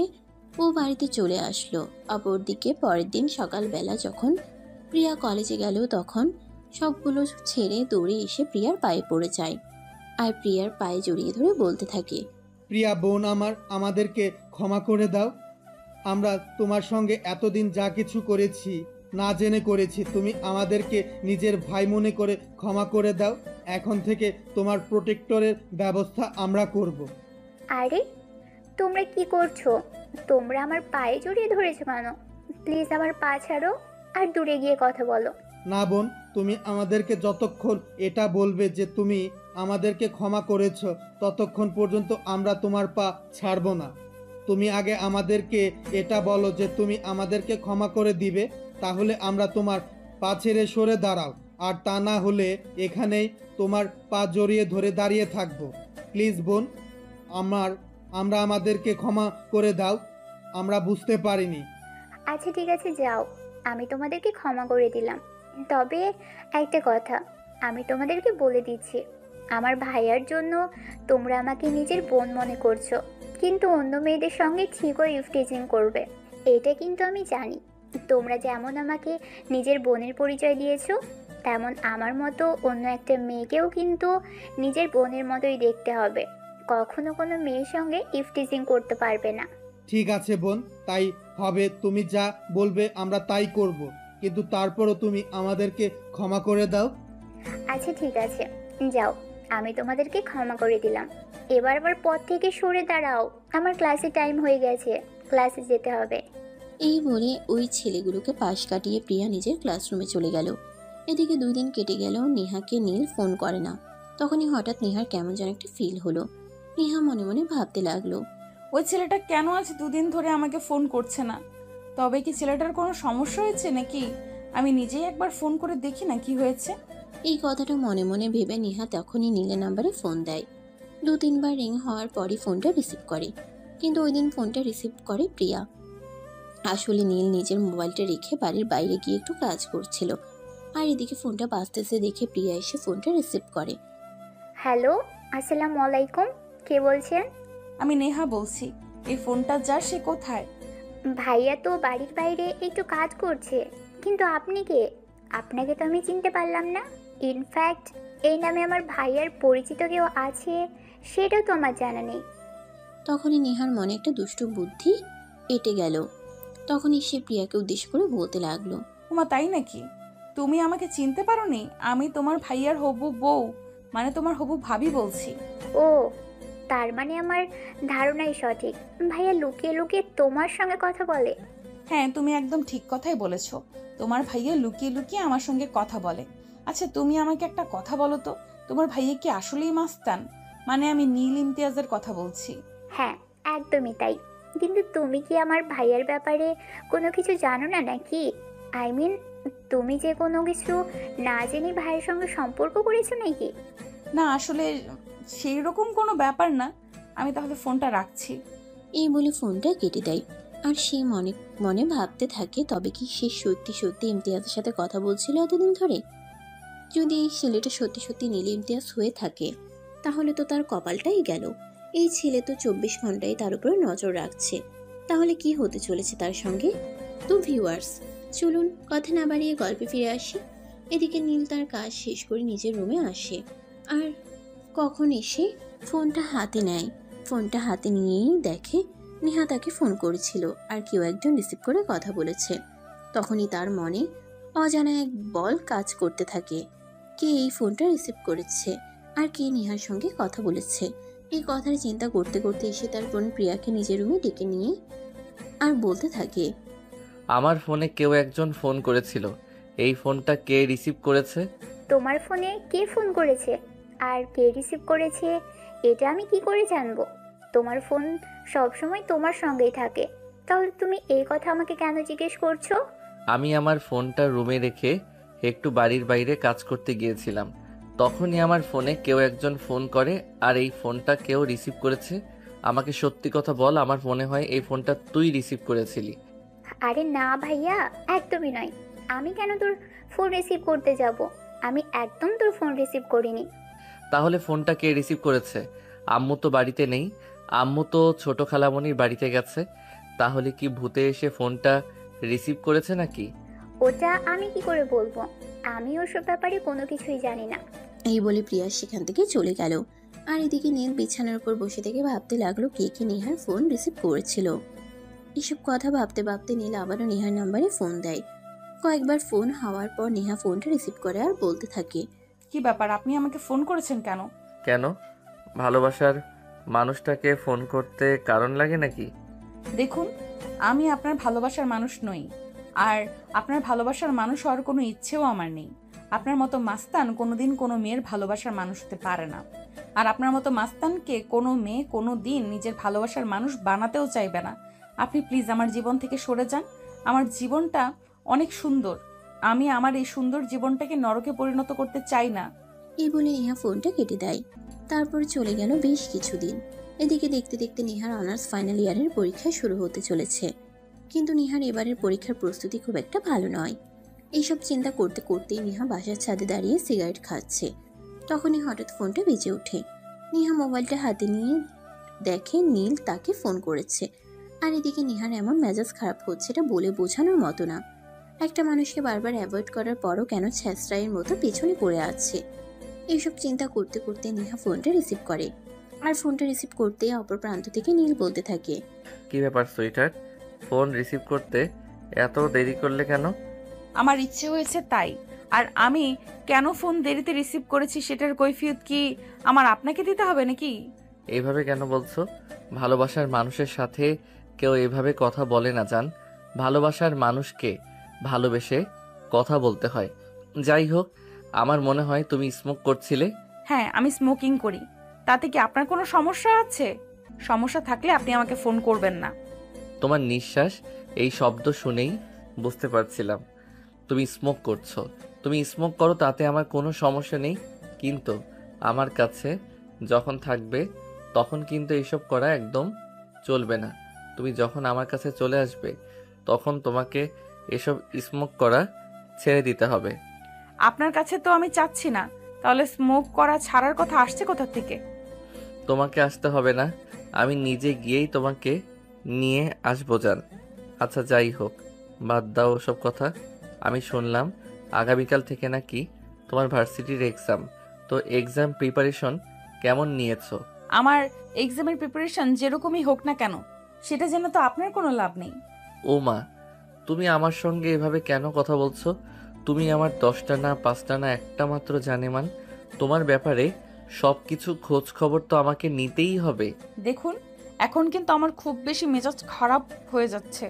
দয়া করে এসব ফালতু কথা বলা থেকে দূরে থাকুন, আর আমাকে একটু শান্তিতে আমার মতো বাঁচতে দিন। কিন্তু আমি তো তোমাকে আমার কাছে নিয়ে আসতে চাই। রাখেন তো আপনার ফালতু কথা শুনতে আমার একদমই ইচ্ছে করছে না। আপনি দয়া করে আমাকে আর ফোন মেসেজ কিছুই দেবেন না। এতদিন যা করেছি তার জন্য আমি খুবই দুঃখিত। তার জন্য আমি আপনার কাছে ক্ষমা চাইছি। আপনি পারলে আমাকে ক্ষমা করে দিবেন, আর না পারলে আমাকে ফোন মেসেজ করা থেকে বিব্রত থাকবেন। এই বলে নীলকে আর কোনো কথা বলার সুযোগ না দিয়ে নেহা ফোনটা কেটে দেয়। এরপর চলে গেল আরও কয়েকদিন। ইতিমধ্যে নেহার পরীক্ষা শুরু হয়ে গেছে। নেহা ভার্সিটি থেকে বাসায় ফিরে আসছে, তখনই হঠাৎ একটা ছেলে তার কাছে আসলো আর বলতে লাগলো, আসসালামু আলাইকুম আপু, আপনার জন্য একটা পার্সেল আছে। ওয়ালাইকুম আসসালাম। আমার জন্য আবার কে পার্সেল পাঠাবে? আমাকে পার্সেল পাঠানোর মতো কেউ নেই। আপনি হয়তো ভুল ঠিকানায় এসেছেন। না আপু, একদমই নয়, আমি একদম ঠিক ঠিকানা এসেছি। আর এখানে আপনার একটা ছবিও দেওয়া আছে, যাতে আমি আপনাকে চিনতে ভুল না করি। তাই আমার ভুল হওয়ার কোনো চান্সই নেই। এই দেখুন, আপনার জন্যই পাঠানো হয়েছে। আরে ভাই, আমি এত দেখাদেখি করতে পারবো না। আমি আপনাকে বললাম না আমাকে পার্সেল পাঠানোর মতো কোনো মানুষ নেই, তাই আমি আপনার এই পার্সেল নিতে পারবো না। আপনি পার্সেলটা যেখান থেকে এনেছেন সেখানে ফেরত পাঠিয়ে দিবেন।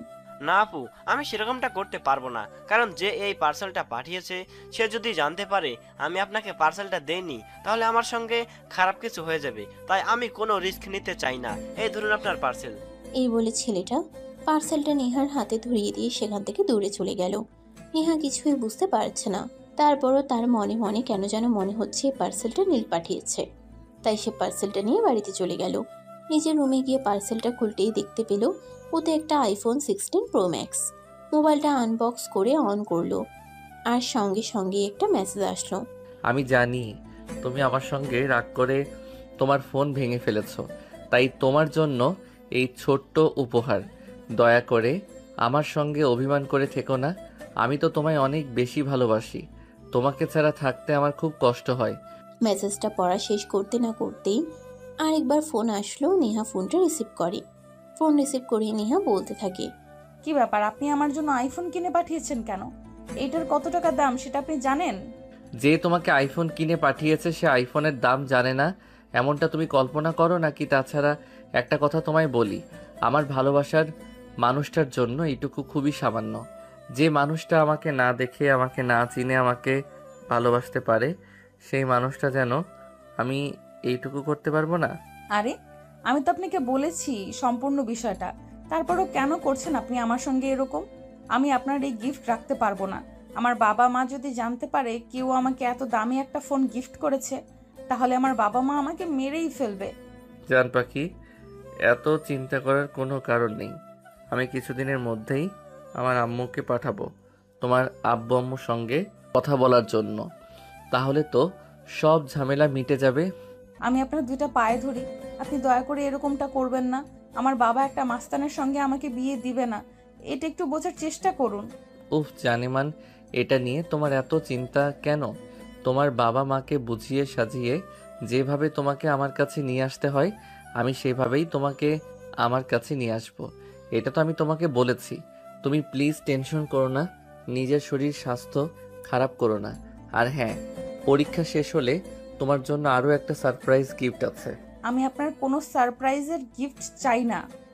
আপনি দয়া করে আমাকে আর কিছু পাঠাবেন না, এটা আপনার কাছে আমার রিকোয়েস্ট।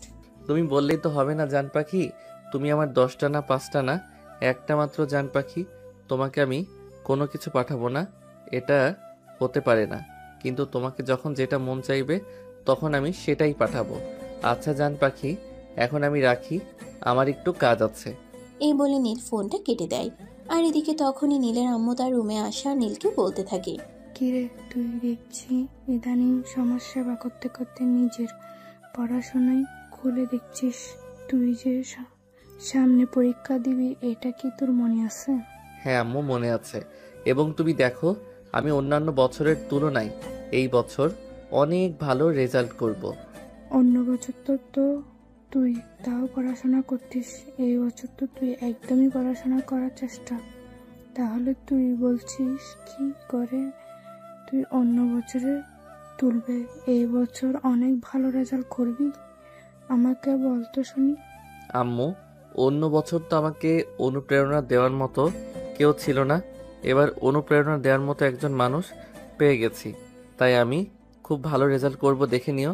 ও মা, তাই নাকি? তাহলে কে সে অনুপ্রেরণা দেওয়া মানুষ, সেটা তো আমাকেও দেখতে হয়। সত্যি তুমি দেখবা? তাহলে আমার কাছে আসো, আমি তোমায় দেখিয়ে দিচ্ছি। এই বলে নীল তার মোবাইল থেকে নেহার একটা ছবি বের করে আর সেটা তার আম্মুকে দেখায়। এটা দেখে তার আম্মুর তো চক্ষু একদম চড়ক গাছ। তার আম্মু অনেকটা রেগে গিয়ে বলতে থাকে, এগুলো কোন ধরনের ফাজলাম? আমি তো সেটাই বুঝতে পারছি না। এই মেয়েটা সিগারেট খায়, ছোট ছোট জামা পরে ঘুরে বেড়ায়, আর কি না তুই বলছিস এই মেয়েটাকে তুই বউ বানাবি? হ্যাঁ আম্মু, এই মেয়েটা আমি আমার বউ বানাবো। মেয়েটাকে আমি যেদিন প্রথম দেখেছি সেদিনই আমার পছন্দ হয়েছিল।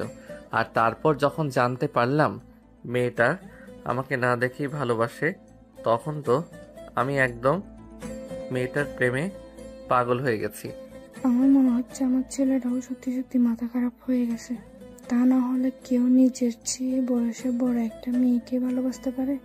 তুই জানিস, তুই সবেমাত্র অনার্স সেকেন্ড ইয়ারে পড়াশোনা করছিস, আর এই মেয়ে অনার্স ফাইনাল ইয়ারে। মেয়েটা তোর চেয়ে 2 বছরের বড়।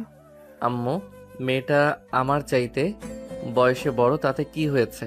তোমার ছেলেকে যে মেয়েটা না দেখে ভালোবাসতে পারে, যে মেয়েটা তোমার ছেলের সম্পর্কে কোনো কিছু ঠিকঠাক পাবেন না জেনেই সবার কাছে বলে বেড়াতে পারে আমি তার বয়ফ্রেন্ড, ওই মেয়েটাকে ভালোবাসবো না তো আমি কাকে ভালোবাসবো বলো? কিন্তু তারপরও আমার মনে হয় তোমার সিদ্ধান্তটা নেওয়া ভুল, একদম ঠিক হয়নি। মেয়েটার গ্রাম থেকে, তারপর আবার তার বাবা মা আছে। তার বাবা মা কখনোই তোমার ব্যাপারে তোমার পরিচয় জেনে, তোমার পরিচয় জানতে পারলে তোমার সঙ্গে তার মেয়ের বিয়ে দিবে না। তাহলে তোমরা আছো কি করতে? তোমরা আমার বাবা মা, তোমরা তো আমার সম্পর্কে খুব ভালো করেই জানো আমি অন্যায় কাজ করি নাকি ভালো কাজ করি। তাহলে তোমরা যদি এই ব্যাপারটা ম্যানেজ করতে নাই পারো, তাহলে তোমরা কিসের মা বাবা?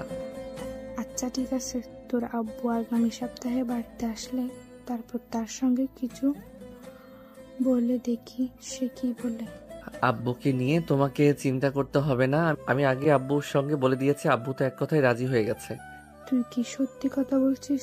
মেয়েটা তোর চেয়ে বয়সে বড়, এটা জানার পরও তোর আব্বু রাজি হয়ে গেছে? হ্যাঁ আম্মু, আমি যা বলছি একদম সত্য কথা বলছি। আব্বুর কাছে আমি সবকিছু খুলে বলেছি, তারপর এই আপু রাজি হয়েছে। আমার কাছে যদি তোমার বিশ্বাস না হয় তাহলে তুমি এক্ষুনি আব্বুকে ফোন দিয়ে জেনে নিতে পারো। আমাকে তো সেটাই বলতেছে, কারণ আমি তোর কথা একটুও বিশ্বাস করতে পারছি না। তোর কথা আমার বিশ্বাস হওয়ার মতোইও না। তাও তুই ওয়েট কর, আমি এক্ষুনি তোর বাবাকে ফোন করে জেনে নিচ্ছি। এই কথা বলে নীলের আম্মু তখনই সঙ্গে সঙ্গে নীলের আব্বুকে ফোন দেয়। আর নীলের আব্বুর কাছ থেকে কেউ জানতে পারে নীল যা বলছে একদম সত্য কথাই বলছে। তখন নীলের আম্মু নীলের আব্বুকে বলে, এসব তুমি কি বলছো? মেয়েটা আমাদের ছেলের চেয়ে 2 বছরের বড়, তাও আবার এত গন্ডা মাখা মেয়েকে আমাদের বাড়ির বউ বানাবো? তোমার ছেলের হিস্টোরি যদি জানতে পারে তাহলে কোনো মেয়ে তোমার ছেলেকেও বিয়ে করবে না। ভিতরে ভিতরে যত ভালোই হোক না কেন, উপরটাই সবাই দেখে, তাই সবাই তাকে ওভাবেই বিচার করবে। সো অন্যকে বিচার করার আগে নিজেকে বিচার করে দেখে নিও। কিন্তু তারপরও আমাদের ছেলেটা আর মেয়েটার দিক একটু আমাদের বেশি দেখতে হয়। মানুষ হিসেবে সবাই সমান বুঝতে পেরেছে, মানুষকে মানুষ বলেই বিবেচনা করা উচিত, অন্য কিছু বলে কখনো বিবেচনা করা উচিত নয়। যাই হোক, আমি আগামী সপ্তাহে দেশে আছি, আর তুমি নীলকে বলে দিও আমি দেশে এসে ওর বিয়ের ব্যাপারে কথা বলবো। এই বলে নীলের আব্বু ফোনটা কেটে দেয়। আর এদিকে এই কথা শুনে নীলের মন যেন খুশিতে নিচে ওঠে। তখনই সে তার আম্মুর কাছ থেকে একটু দূরে চলে যায় আর নেহাকে ফোন দেয়। হ্যালো মাই ডিয়ার সুইটহার্ট, তোমার জন্য একটা খুশির খবর আছে। আমার জন্য আপনি আবার কি খুশির খবর দিবেন? আপনি তো আমাকে খারাপ খবর ছাড়া আর কিছুই দেন না। তাহলে আমি কি মনে করব আপনি আমাকে আবারও কোনো খারাপ খবর দিবেন? না জান পাখি, সেরকম কিছুই না। আমি তোমাকে কেন খারাপ খবর দেব? আমি তো তোমায় ভালোবাসি, আর ভালোবাসার মানুষকে কখনো খারাপ খবর দেওয়া যায় নাকি? প্লিজ আপনি আমাকে ছেড়ে যান না, প্লিজ। আমি একটু মুক্তির নিঃশ্বাস নিতে চাই, একটু ভালোভাবে বেঁচে থাকতে চাই। ভালোভাবে বেঁচে থাকার জন্য আমি আপনার নামটা ব্যবহার করেছিলাম, কিন্তু আপনি এভাবে আমার জীবনটাকে লণ্ডভণ্ড করে দেবেন, এটা আমি কোনোদিন কল্পনাও করিনি। আমি তোমাকে মুক্তির বিহঙ্গ দিতে চাই। আমি তোমাকে মুক্ত পাখির ন্যায় আকাশে উড়তে দিতে চাই।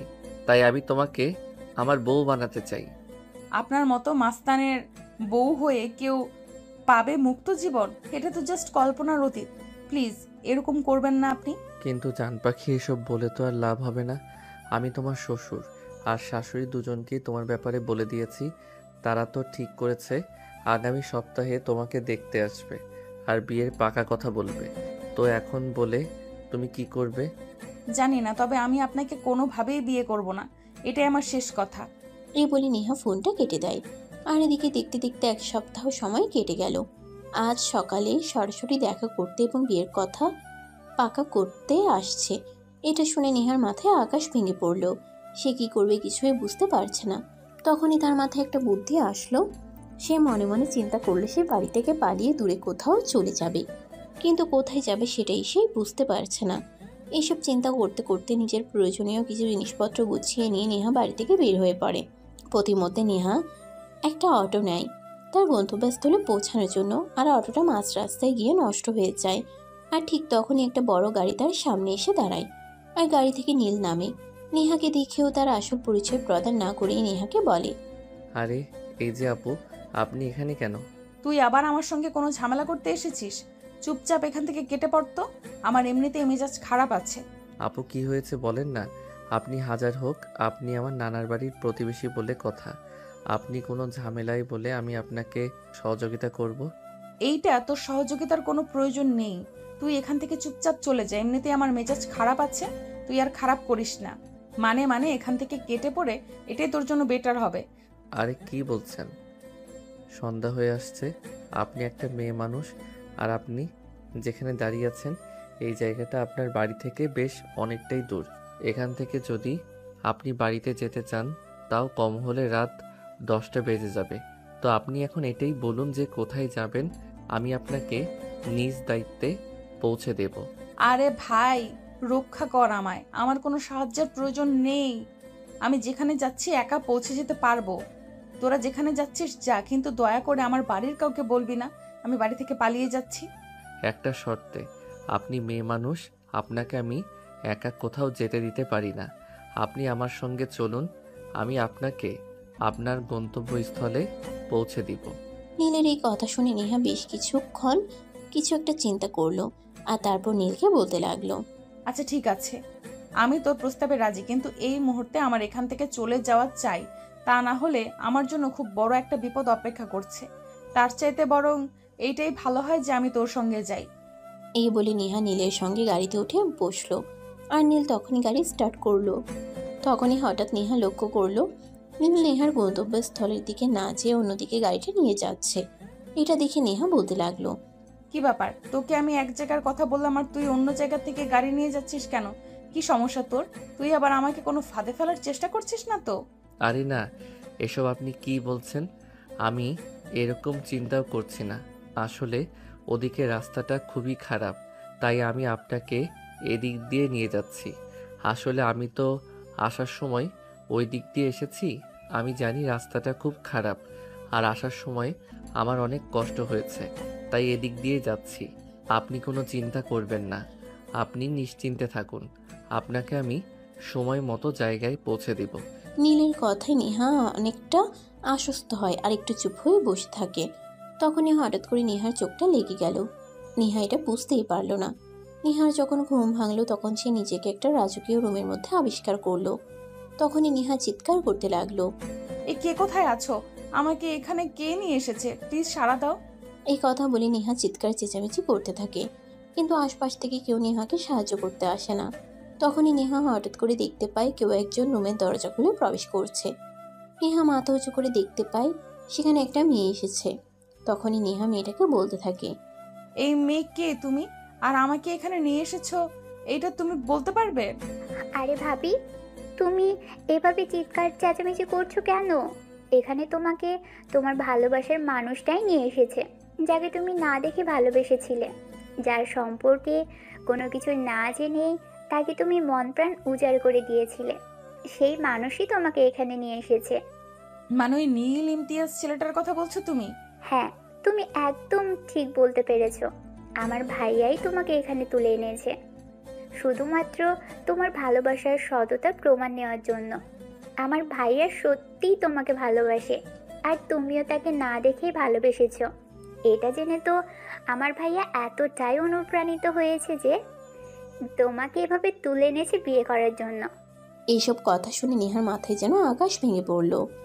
সে ভাবতেই পারছে না যার জন্য এত কিছু করলো অবশেষে কিনা তার কাছেই ধরা পড়তে হলো।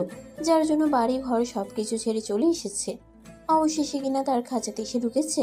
কিন্তু এটা কি করে হলো? তবে কি ওই ছেলেটা মানে নীল তার সাথে প্রতারণা করছে? তাকে ভুল কথা বলে এই ছেলেটার কাছে এনে তুলে দিয়েছে? কিন্তু সে কি করে এইসব ব্যাপার জানতে পারবে? এই সবই চিন্তা করছিল নেহা। তখনই প্রিয়া নেহাকে উদ্দেশ্য করে বলতে লাগলো, ভাবি, ভাইয়া বলো, তুমি নাকি গতকাল থেকে কিছু খাচ্ছ না, তাই আমাকে বললো তুমি ঘুম থেকে উঠলে তোমাকে খাবার দিতে বললো। তুমি কি খাবে? আমি তোমার জন্য বানিয়ে নিয়ে আসছি।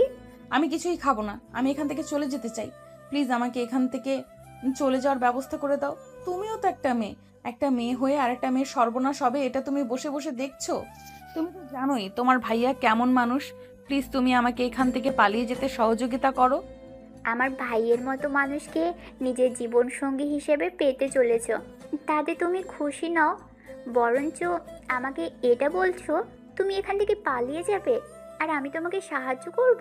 হ্যাঁ, নয়তো কি করব? তোমার ভাইয়া তো একটা গুন্ডা মাস্তান। তোমার ভাইয়ের মতো ছেলেকে কখনো ভালোবেসে বিয়ে করা যায় নাকি? তোমার কথা শুনে তো আমার মনে হয়েছে তুমি আসলেই আমার ভাইয়ের সম্পর্কে কোনো কিছুই জানো না। তোমার ভাইয়া একটা গুন্ডা মাস্তান, শহরে তার রাজত্ব চলে, এর বেশি আর কি জানা চাই আমার? ও, এই ব্যাপার। তাহলে এতক্ষণে আমি বুঝতে পেরেছি তুমি শুধু আমার ভাইয়ের বাহিরের রূপটাই দেখে যাও, বৃত্তের রূপটা একটু দেখোনি, তাই এভাবে কথা বলছো। যাই হোক, তুমি এখানেই থাকো, ভাইয়া একটু বাইরে গেছে, হয়তো কিছুক্ষণের মধ্যেই চলে আসবে। এই বলে প্রিয়া সেখান থেকে বের হয়ে চলে গেল। আর এদিকে ঠিক তখনই নীলের আম্মু নেহা যে রুমে আটকা ছিল ওই রুমে আসে। নেহা ওনাকে দেখে চিৎকার দিয়ে উঠে আর বলতে থাকে, এই যে শুনেন, আপনি আমাদের পাশের বাড়ির ওই বুড়ো লোকটার মেয়ে না, যার শহরে বিয়ে হয়েছে? তুমি বড় লোক মেয়ে কাকে বলছো? আমি তোমার শাশুড়ি মা, আমাকে আম্মু বলে ডাকো। আর ওই বদমাসটার সঙ্গে তো দেখেছি আপনাদেরও মাথা খারাপ হয়ে গেছে। এইসব কি বলছেন? ওই ছেলেটা আমাকে এখানে তুলে এনেছে আর আপনি কিনা বলছেন আপনি আমার শাশুড়ি মা? নীল ইমতিয়াজ যদি আমাকে এখানে তুলে এনে থাকে, তাহলে আপনি আমার শাশুড়ি মা হন কিভাবে? আমি তো এটাই বুঝতে পারছি না। হ্যাঁ, আমি জানি তুমি এটা বুঝতে পারবে না, তাই আমি তোমাকে সহজভাবে বলছি। আমার ছেলে যখন গ্রামের বাড়িতে গিয়েছিলে তখন তোমার সঙ্গে পরিচয় হয়, আর সেখানে কোনোভাবে জানতে পারে তুমি সবার সঙ্গে বলে বেড়াও যে নীল ইমতিয়াজ তোমার বয়ফ্রেন্ড, কিন্তু তুমি জানতেই না তোমার সামনেই দাঁড়িয়েছিল নীল ইমতিয়াজ। তারপর তুমি আমার ছেলে তোমার ব্যাপারে আরো খোঁজ নিয়ে জানতে পারে যে সত্যি তুমি আমার ছেলের বলে মানুষকে ভয় দেখাও আর অনেক কিছু জানি।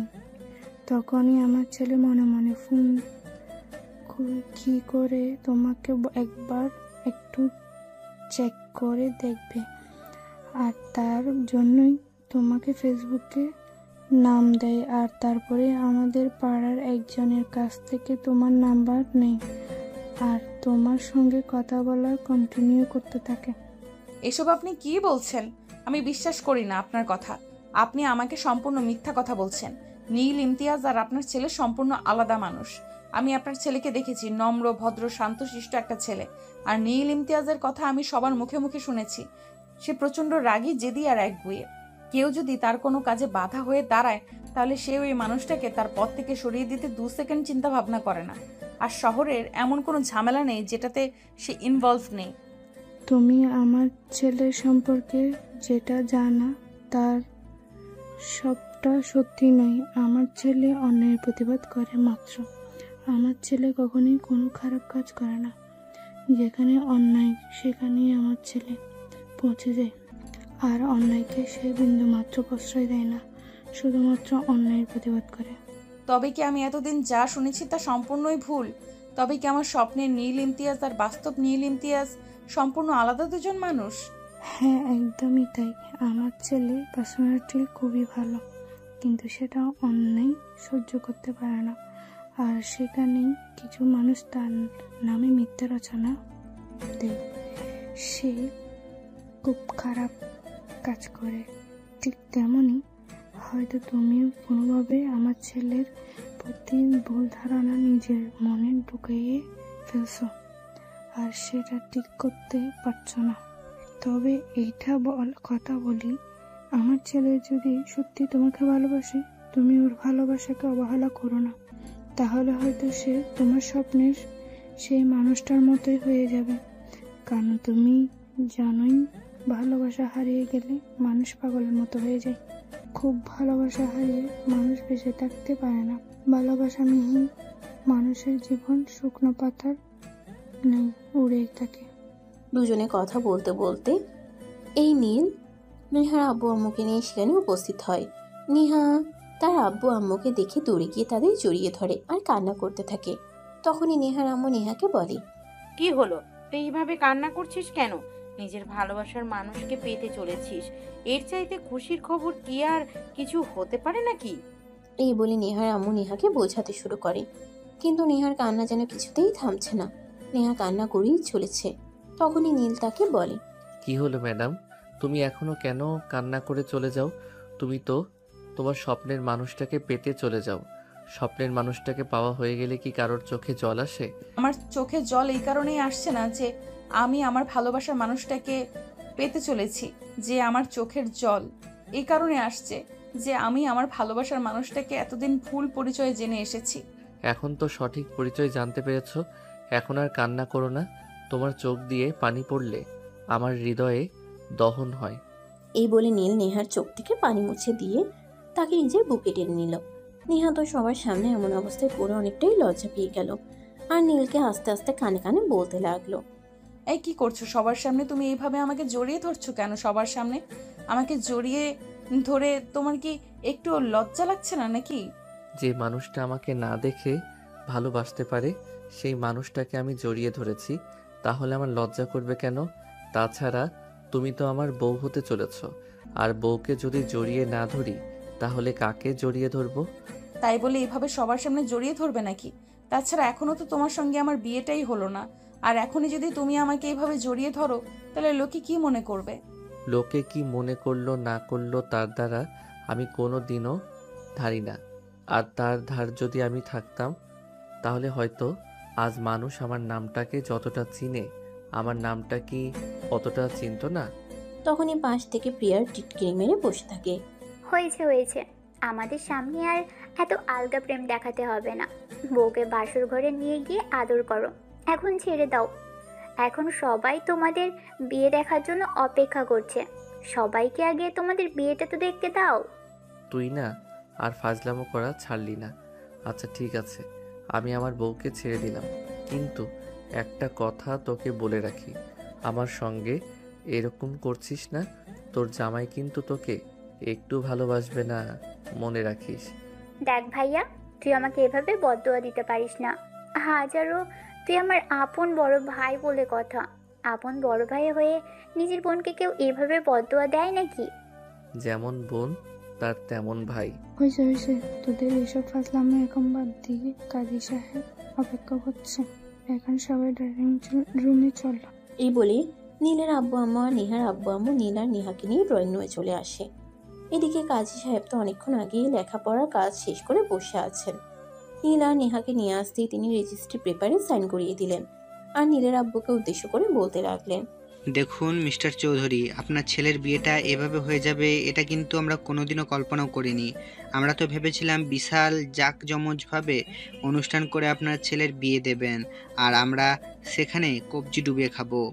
এটা নিয়ে কোনো চিন্তা করবেন না। আমার ছেলে বিয়ে করে কোথা দেখবেন, শহরের সবচাইতে বড় কমিউনিটি সেন্টারে বিয়ে পড়াবো এবং শহরের সবাইকে দাওয়াত করে খাওয়াবো।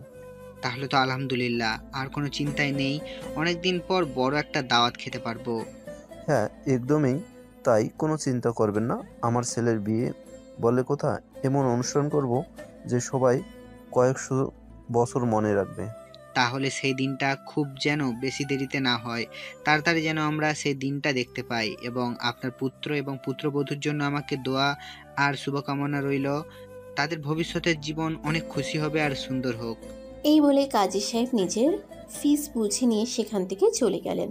আর এদিকে তখনই নীলের আব্বু নীলকে বলতে লাগলো, এটার জন্য কিন্তু আমার সত্যি একদম প্রস্তুত ছিলাম না। তুমি আমার ছেলে আর তোমার বিয়ে বলে কথা শহরের সবাই কত আনন্দ উল্লাস করে। তো তাছাড়া শুধু শহরের মানুষ বললে ভুল হবে, দেশের বাইরে আমার কথা বন্ধুবান্ধব আত্মীয়স্বজন আছে, তারাও সবাই এই বিয়েতে উপস্থিত থাকতো। বিয়েটা হয়ে গেছে তো কি হয়েছে, রিসিপশনের অনুষ্ঠান তো বড় করে আমরা করতেই পারি। তবে একটা কথা কি জানো, ভাগ্যে যা লেখা থাকে তা হবেই। আমি ওকে ভেবেছিলাম এইভাবে বিয়েটা করব, আমিও তো কোনোদিন ভাবিনি, যা হওয়ার তা হয়ে গেছে। এটা নিয়ে তো আর এখন মন খারাপ করে কোনো লাভ নেই। হ্যাঁ আব্বু, একদম ঠিক কথাই বলেছে। আমাদের ভাগ্যে যা আছে তা হবে, সেটা আমরা কোনোভাবেই ফেরাতে পারবো না।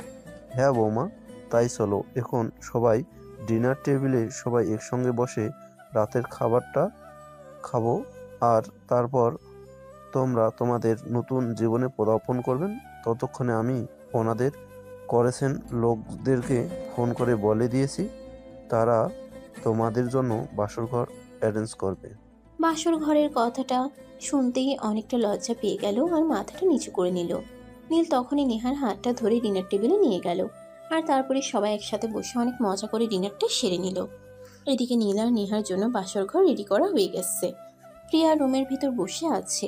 নীল আর নেহা রুমে প্রবেশ করতেই প্রিয়া বলতে লাগলো, ভাইয়া, আমাকে 10,000 টাকা দিতে হবে, তা না হলে আমি এখান থেকে কোনোভাবেই বের হব না। আর আজ তোমাদের বাসর রাতও করতে দিব না। এগুলো কেমন ধরনের কথা? তুই আমার বোন, আর বোন হয়ে ভাইকে এসব কথা বলছিস? তোর একটু লজ্জা করছে না? চুপচাপ এখান থেকে বের হয়ে চলে যা বলছি।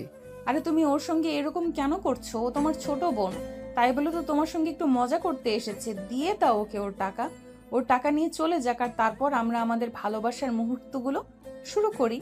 নেহার এই কথা শুনে নীল সঙ্গে সঙ্গেই পকেট থেকে 1000 টাকার কয়েকটা নোট বের করে প্রিয়ার হাতে তুলে দিল। আর প্রিয়া টাকাগুলো পেয়ে খুশি মনে সেখান থেকে চলে গেল। আর তখনই নীল দরজাটা আটকে দেয়। যেই না সে নেহার কাছে আসতে যাবে তখন নেহা তাকে বলতে থাকে, এই না, একদমই নয়, আমার কাছে আসবে না। আগে অজু করে আসো, দুজনে মিলে 2 রাকাত নফল নামাজ আদায় করব, আর তারপর যা করার করব। কিন্তু বউ, আমার তো আর তাড়া সইছে না। এত সাধনার পর তোমাকে পেলাম, এখন কি তোমাকে দূরে রাখতে মন চাই নাকি?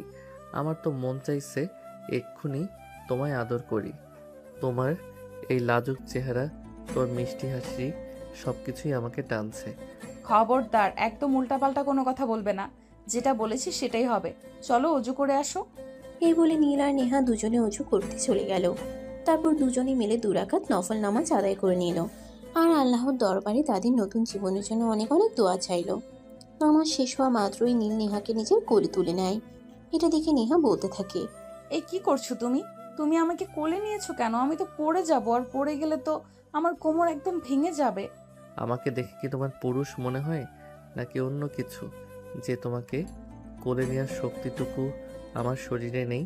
ওমা, আমি কি তাই বললাম নাকি?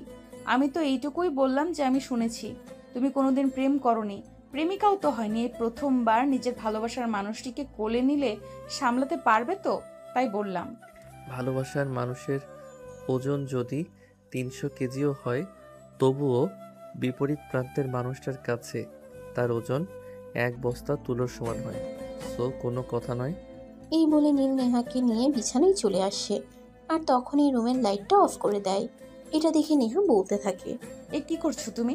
রুমের লাইট অফ করছো কেন?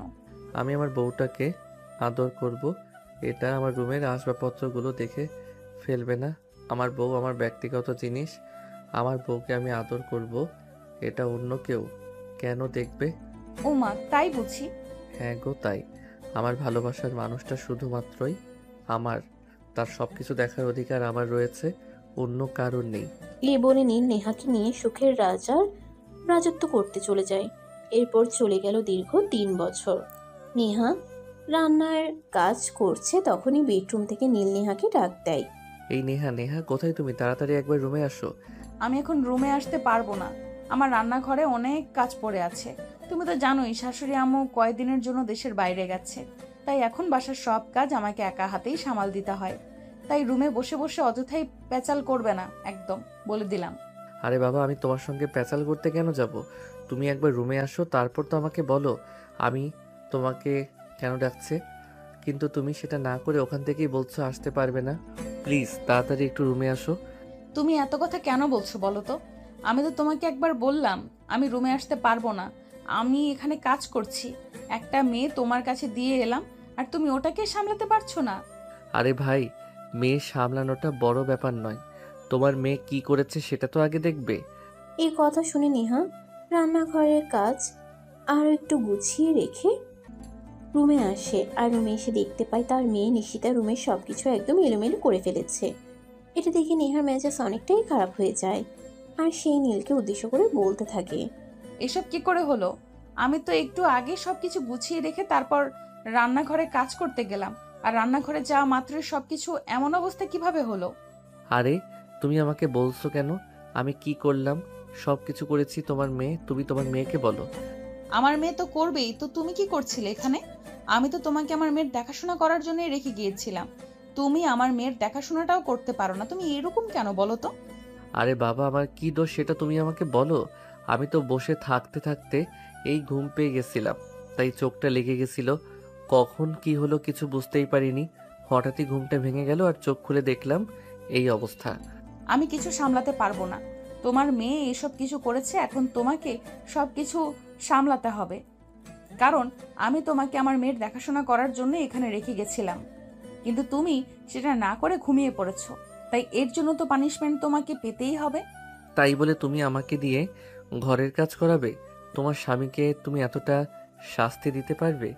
এই দেখো, একদম ইমোশনাল কথা বলার চেষ্টা করবে না, আমি তোমাকে যেটা বলেছি সেটাই করো। নীল তখন আর কোনো উপায়ান্তর না দেখে বাধ্য হয়ে সবকিছু গুছিয়ে নিল।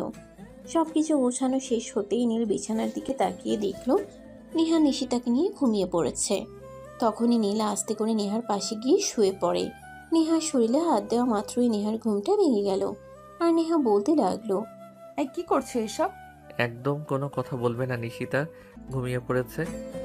চলো না একটু আদর করি তোমায়।